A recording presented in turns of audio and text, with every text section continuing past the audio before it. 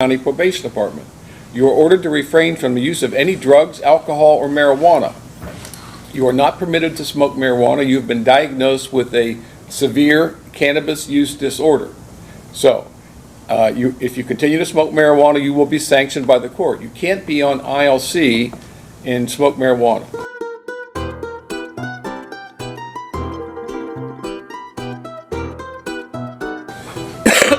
So, you're ordered to complete substance use disorder treatment for that disorder. You're also ordered to complete the corrective thinking course.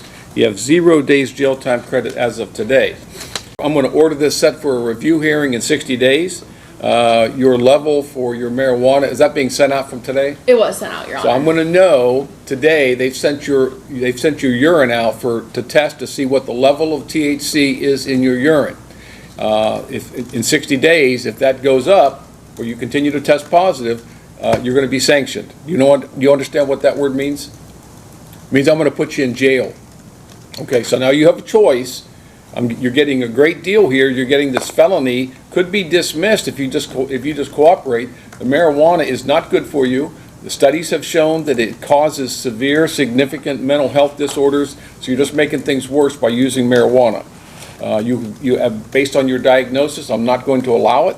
So if you continue to use, you understand you will be sanctioned. So, Ms. Nicholson, is there anything else? No, Your Honor. Mr. Newberger? Nothing else. All right, good luck. And you're going to want to meet with your probation officer. Thank you, Judge.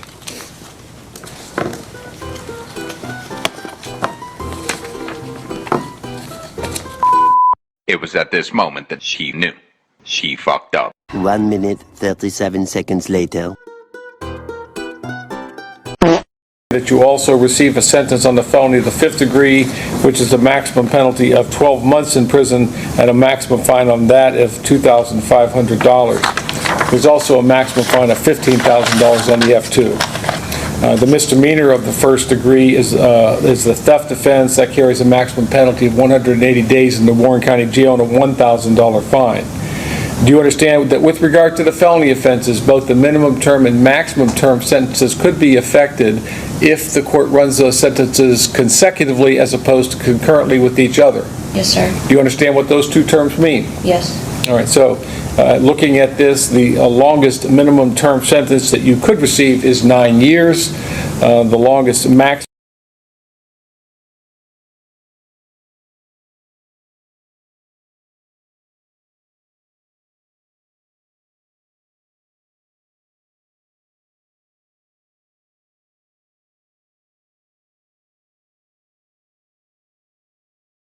nor present any defense, and if you do not, that will not be held against you. Do you understand that? Yes, sir. The standard of proof is beyond a reasonable doubt.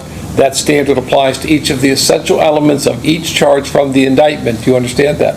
Yes, sir. Now, you could also waive your right to a jury trial, but maintain all of the other rights we've discussed. You could try your case to the court.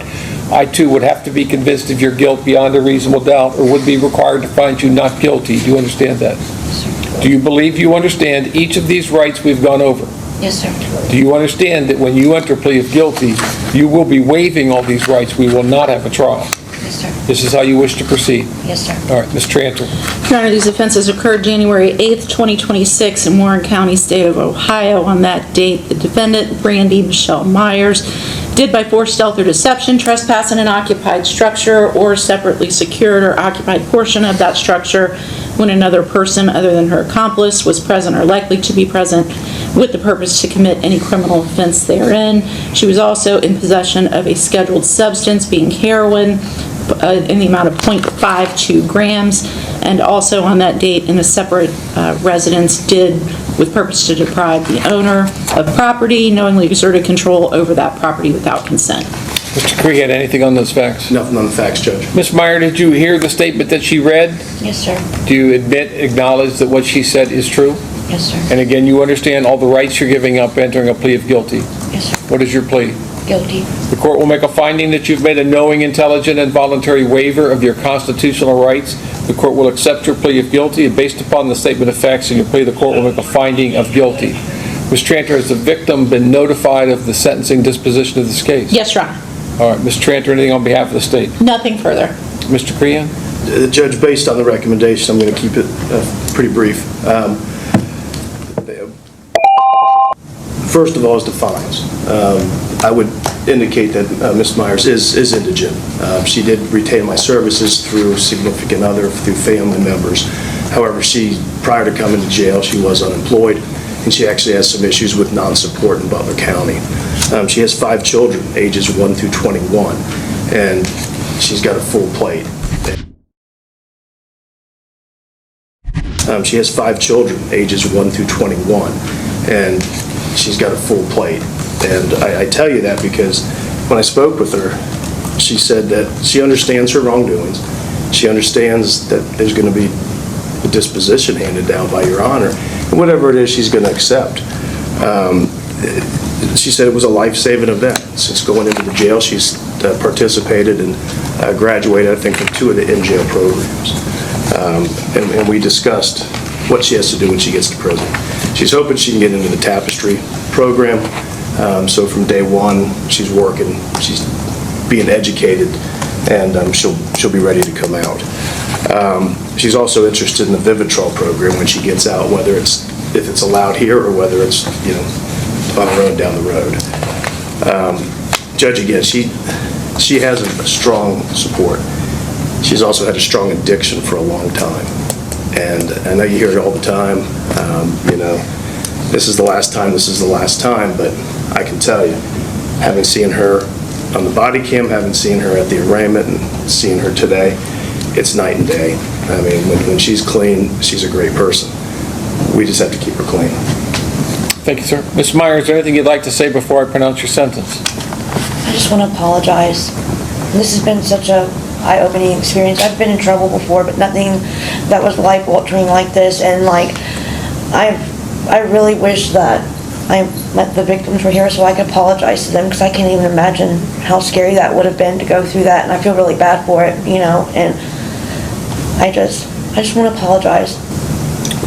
Court has considered the statements made here today, the purposes and principles of sentencing, the relevant seriousness and recidivism factors. The court has also considered the agreed recommended sentence of the parties and finds it to be an appropriate sentence. So on count 1, the court will order you to serve a minimum term sentence of 4 years, maximum term sentence of 6 years. On count 2, the court will order you to serve 12 months in prison to be served concurrent with count 1. And on count 4, 180 days in the Warren County Jail, that to be served concurrent with count 1 and 2 as well. You have 91 days jail time credit. The court's going to reserve jurisdiction with regard to the issue of restitution. Other than that, the court finds that you're indigent for the purpose of any fines, costs, or other financial sanctions. Now, you're also subject to this mandatory post-release control, which we spoke about a moment ago. Do you need me to go over that with you again? No, sir. All right.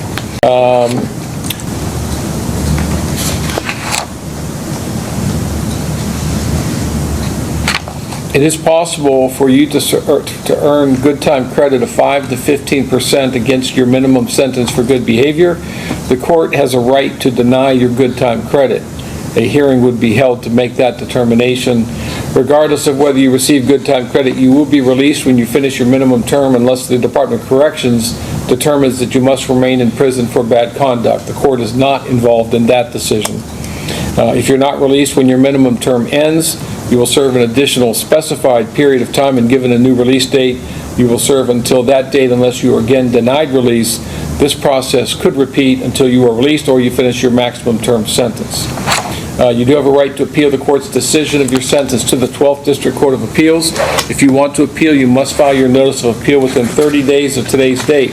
If you can't afford to pay for the transcript or anything necessary for your appeal, all of that can be provided to you at no cost. If you cannot afford an attorney, I will appoint one for you at no cost. Finally, to give you some hope, some light at the end of this dark tunnel, the court will consider a motion for judicial release under the terms of the agreement after you have served 1 year of this sentence.